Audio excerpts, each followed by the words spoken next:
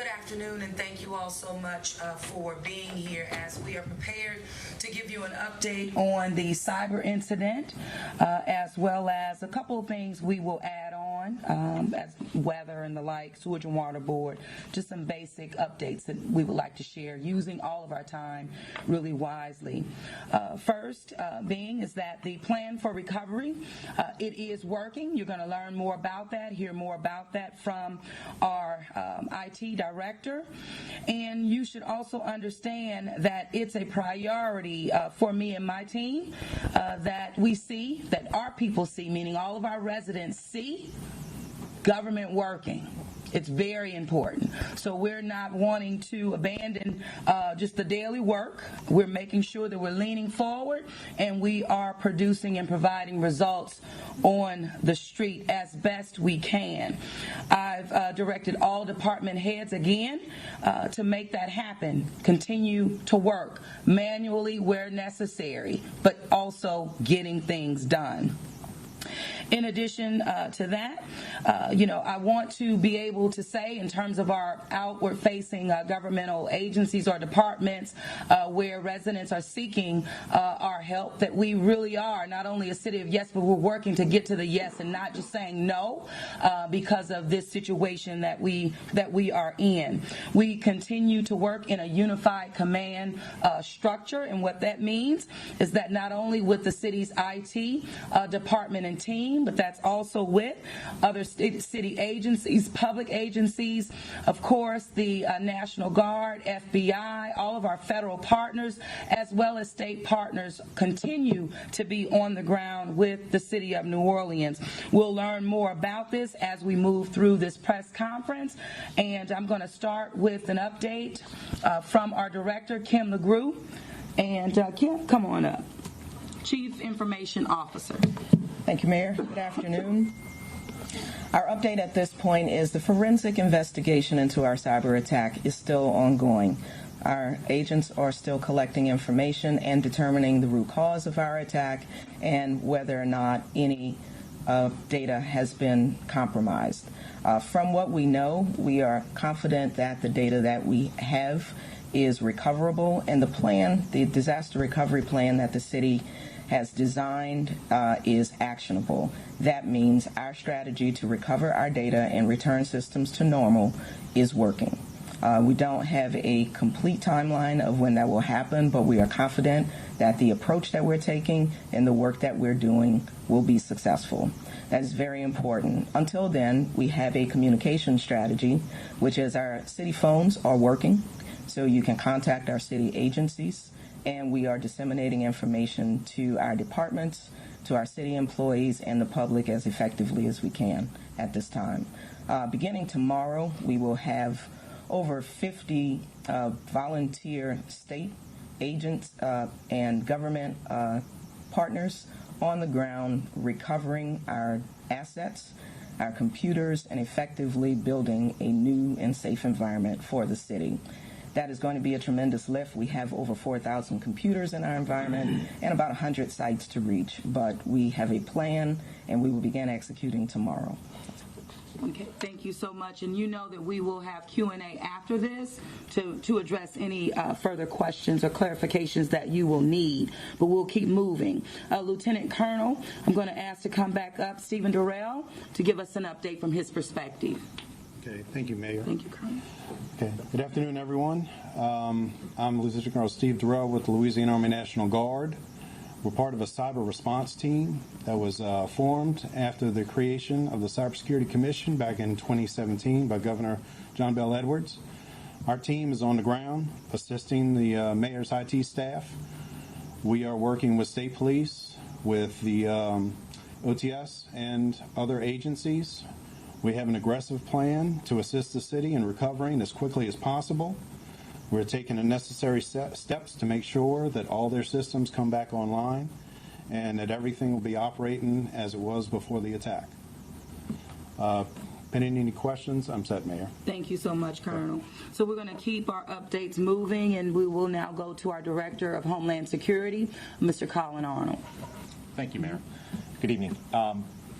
We continue, Homeland Security continues to operate the city's Emergency Operations Center in support of Kim and her team and Colonel Durrell and his team and our federal partners as well that have assisted with this. The FBI and the Secret Service have been actively involved in the forensic or investigation part of this. I would say that from a perspective tonight, what we are looking at is weather. There is some a line of weather coming through this area. It's been going through north and central Louisiana all afternoon. We're expecting from 7 to 9 p.m. to be the impact time of this weather. Looking at rain totals, it's about a half an inch to about 3/4 of an inch. Not that great of a concern. More concerned about wind, and we're talking about power issues. Fortunately, what we've learned from Sewage and Water Board is that Turbine 4, the turbine that tripped offline the other day that necessitated the need to start Turbine 5, which then had the incident. Turbine 4 is okay. It's working. And they also have Turbine 6 online for redundancy for any weather tonight as far as wind, if there happen to be a power outage with energy. So what we'll do tonight, since we're already in this mode of response with the cyber incident, is we will also monitor the weather. We can multitask. And so we'll do that. We'll continue to watch the weather. We'll work with Entergy and Sewage and Water Board and partners that they are and always have been, and we'll continue to monitor that. And there is redundancy in Sewage and Water Board's power tonight for the weather, and I think that's a big takeaway. So thank you. Thank you, Colin. Thank you so much. And I'm going to go now to our Director of the Orleans Parish Communications District, Mr. Tyrell Morris. Thank you, Mayor. Good afternoon, everybody. Just a reminder, 911 is for life-threatening emergencies only. Please do not call 911 to simply ask a question. If you have a non-emergency public safety need, we have the public safety line 821-2222. But for everything else, 311 is your place to go. But a reminder, 911 is for life-threatening emergencies only, and we continue to maintain that system at 100%. Thank you. Thank you so much, Tyrell. I'm going to go to our Superintendent of Police, Sean Ferguson. Thank you, Mayor. The New Orleans Police Department continues to operate at an optimal level. We have not been impacted with field services at all. Besides our report writing, we are handwriting our reports, arrest warrants, as well as search warrants. Unfortunately, we cannot at this time provide any requests for public record requests, subpoena requests, or any reports that are normally requested through our record room at this time. But we do expect those services to come up sooner rather than later. But again, we continue to operate at an optimal level. Thank you so much. Thank you so much. And our Superintendent of Fire, Chief McConnell. Thank you, Madam Mayor. The fire department's ability to respond to emergencies has not been impacted. Once again, we are keeping our reports on a manual basis, and we will put those into the system as soon as things come back online. I do want to comment on an incident that happened this morning that we've gotten some calls about in the French Quarter on Dauphine Street, 500 block. There was a car fire. There was an explosion in a car fire. What the investigation has revealed is that there was a sewer leak, which is still under investigation. We don't know the source of it, but it got into the electrical vault. The power lines all run underground in French Quarter, and the methane gas that was produced from the sewer was ignited by an electrical arc, and that's what caused the explosion, caused about 4 manhole covers to come loose, and then obviously it was a flame, and one of the manhole covers was right over a car. That car was ignited and burned. So that was what happened at that incident. I just wanted to make sure everybody, got the answers to people so they knew what was going on. The investigation as to where the source of the sewage is under investigation. Entergy has pumped out that vault to reduce the risk of that happening again. In other words, got the sewage out the vault to reduce the methane gas being produced. And Chief, just for the record, no one hurt. No, we have no reports of injuries from that incident. Okay, thank you so much. Okay, and now we'll hear from Dr. Emily Nichols of EMS. Thank you, Mayor. Good afternoon. The primary operations of emergency medical services continue to be unimpacted. We are fully operational in our 911 response. Any requests at this time from 311 or any public records requests certainly do have a delay at this point, but our IT specialists are working with those in the city and the other city agencies to continue to get back online. Thanks. Thank you so much. Okay. And I have our Director of Public Safety and Homeland Security, Colonel Aber. Thank you, Mayor. I just want to make one comment, and I think that you can see the continued coordination between these public safety agencies that face multiple challenges, not only today, but yesterday with the added problems on top of our communication issues that we now have conquered. We continue to work together and accomplish the mission, and that's protecting and providing for the security of the citizens of this city.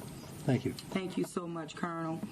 And with that, I'm going to, as I talk to you, as I've started this in terms of our forward-facing departments with the public, those general updates that are just critical to our operations and, of course, that of our people.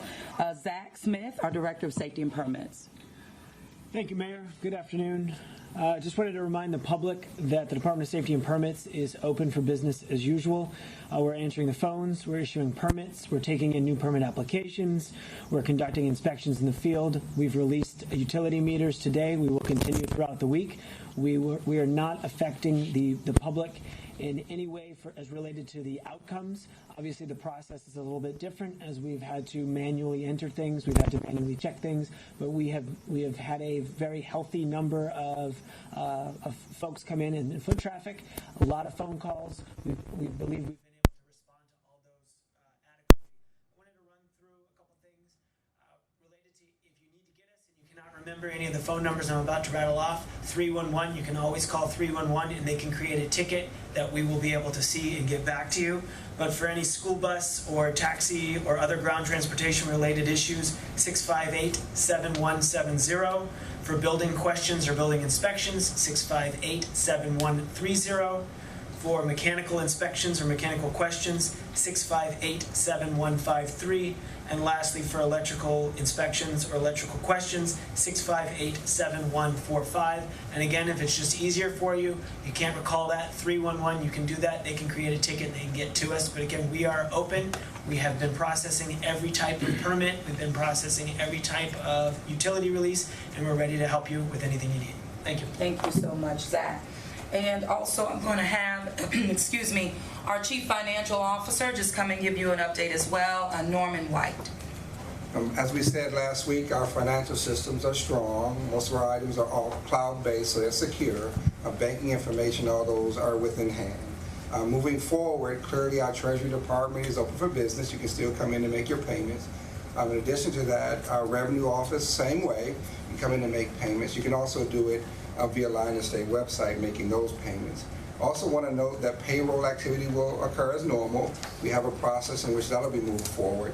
And in addition to it, our vendor payments will be hopefully back online by the end of this week. If not, then we'll have a workaround for that, but we're acting as normal. Thank you so much, Norman. Appreciate all the updates. This is a very serious situation. Security breach is one of public safety, and we're taking it just as that, very serious.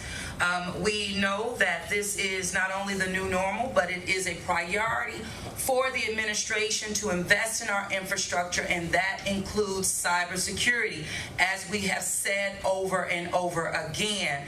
And not just saying it, it's been in our actions, and that is even aligned with the first time ever in our history purchasing cybersecurity insurance. That is just an example of how serious our administration has been leaning forward and wanting to protect the assets of our city and also the infrastructure of our city. The time for no routine maintenance, that time has passed. Moving forward in our city, we've elevated not only quality assurances, but what we stand for as a city and what we know the residents and visitors of our city expect and deserve. That being said, I've also made it very clear to employees of city government the severity of this issue. When we give directives, like don't turn on your computer, we do mean that. And as a result, just today, we did have some employees come to work, turn on that computer. So what I have said is that with the state of emergency that we're in, Accountability will always be number one, and there will be consequences to actions as relates to not following protocol or procedures handed out by city government. So with that, we'll go to Q&A. Thank you, Madam Mayor. Jess Clark, WWNO. Yes, thank you. This is maybe for Kim LeGroux. You mentioned that all the data is recoverable. Does that mean that you know that some data has been either locked or compromised in some way? Sure. I'll have Kim answer. We do have an answer. So our structures are recoverable. The forensic investigation is still ongoing. So at this time, what we know is the plan to recover from our backups and the disaster recovery structure that we put in place will work. The forensic investigation is still ongoing. But in regards to those structures that we had in place and we were intentional about making sure that they existed, was exactly what this administration was, I would say, told when we were on the phone with DC just yesterday afternoon. They really did speak to the preventative measures that this administration has taken and have been able to, we're in a better footing because of it. So the structure, as Kim mentioned, has really helped us. Matt Sledge, the New Orleans Advocate. Mayor, there's a lot going on right now. There's the cyber attack, a couple of explosions, the continuing response to Hard Rock. Has that taxed the city and city employees? You know what? From what we see on the ground, that it really has not. It has proven that the team that we have is truly resilient, and not just with a word, but in action. And I think that we've been able to demonstrate that we are able to meet the needs as they come. As they come our way, we handle them accordingly, and we do so with dignity, with real integrity, and accountability at every single level, and we'll continue to do that. Jason Duran, WDSU. You spoke a little bit about the volunteers that are coming in to help with recovery. Can you talk a little bit more about what capacity they'll be helping and overall? Sure, multiple areas, Kim. So our biggest lift is the re-imaging of all city computers. We're taking every precaution. We won't assume that anything is safe or uncompromised. So we have over 100 locations in city government. Some have more computers than others. But most of that is helping us on the ground get that project done as quickly as we can. So the majority of them are technical engineers who will be here working with our teams. And just to clarify, does that mean you need to look at every computer and see if it's been contaminated? Yes, it does. Every single computer. And the good news is that with us being so prepared, in some of these emergencies, you find out you even have more assets than you even knew about. And one is through the Orleans Parish Communications District. One example is that from our health director, we have WIC stations throughout the city of New Orleans where our moms and parents have appointments that they have to make, also to get adequate resources or their EBT card. What we found was a need at these particular sites was, one, the need for computers so that they can access the EBT cards. So with the level of equipment that we have with OPCD, there are over 50 computers kind of ready and willing and able. And so that's how we're being very strategic about the assets that we have and how those assets are deployed strategically to meet the needs of our people. So those moms, who are going to their WIC appointments, that we can also give them the resources and tools that they need and expect when they go to the WIC and go to their appointment. So we're in the weeds as far as we need to be with meeting the needs of our people. WGNO. What was this malware capable of? What is that? What was the malware capable of? I mean, was it just getting into people's information, or was it capable of doing way more than that? Oh, the structures. He's talking. Come on. Well, as we've already stated, the investigation is still ongoing, but it was ransomware, which is capable of going in and encrypting your data. So that's so you can't get it. And there's only one way of getting it back, and that's it. If you have, there's two ways of getting it back. If you have it stored as a backup, or if you pay the ransom. we're picking to restore it from backup. Catherine Mazzone, Fox 8. I had a couple of questions. First of all, about the, the explosion in the French Quarter. I'm just curious as to whether people are still evacuated, if they've been able to return home. Okay. The evacuation area, basics. Sure. I know Entergy's out there doing some work. I believe everyone has been able to return to their homes, but I will get you an answer right after this. But I believe everyone was returned to their home this morning. But I'm not sure if the work that's being done has caused anyone to not be able to go back. So I will get that verified right after this and get that to you. Thank you, Chief. And I wanted to ask also about the cyber attack or the cyber incident. What is? It was an attack. It was an attack. And was it? Can we call it a successful attack or an attempted attack? Well, if we're saying that we have not received a ransom, I believe it wasn't so successful. But I'll have my team respond to that more appropriately. I really would like to know, it's interesting that don't turn on your computers, and I'm assuming that's because, like you said, you don't know what's in each one, right? That's correct. Out of an abundance of caution. What we do know, if attacks are advanced, if they progress to the point where data is unusable, we would know that, and then we would experience the ransom demand. We did not get to that point. We shut off our computers and our connection to the internet, our connection to our partner agencies in an abundance of caution on Friday. As soon as we were able to confirm this attack, that's what we did, and we are in a process of recovering from this. So successful in that it was enacted, but unsuccessful in encrypting the city's data and taking away our valuable information.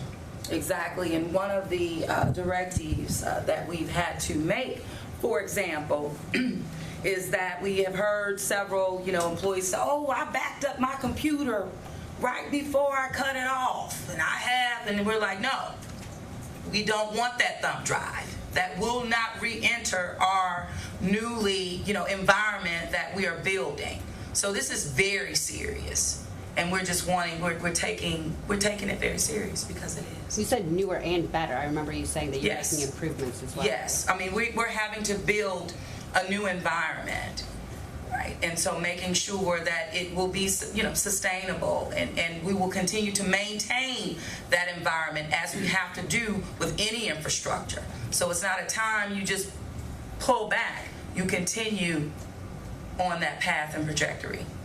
And last question, Charles Watson, Fox News Channel. How long has the city had this cybersecurity insurance, and does it include an option for the insurer to pay a ransom on behalf of the city if need be? I'll give you more. I can give you more details later, going into the weeds of it. But I thought it was worth mentioning, and because it is a real example of how we've been talking about cybersecurity as infrastructure and the needs for us to take it very serious. We were able to purchase that insurance at the beginning, in 2019, and but we can give you more information on that. I just thought it was just that real example of how serious this matter is, and it's a new normal, and we're wanting to make sure that we're in a position to protect the city's assets at every single level. She said the last question, but I'm feeling sweet. Thank you, Mayor. Appreciate it. Okay. Mayor, when the OMB fell under cyber attack, it was closed for more than a week. Do you expect the outage here in this city could last as long as that? Well, what we do know, and what I've been told as relates to the recovery process, that it will absolutely go into next week.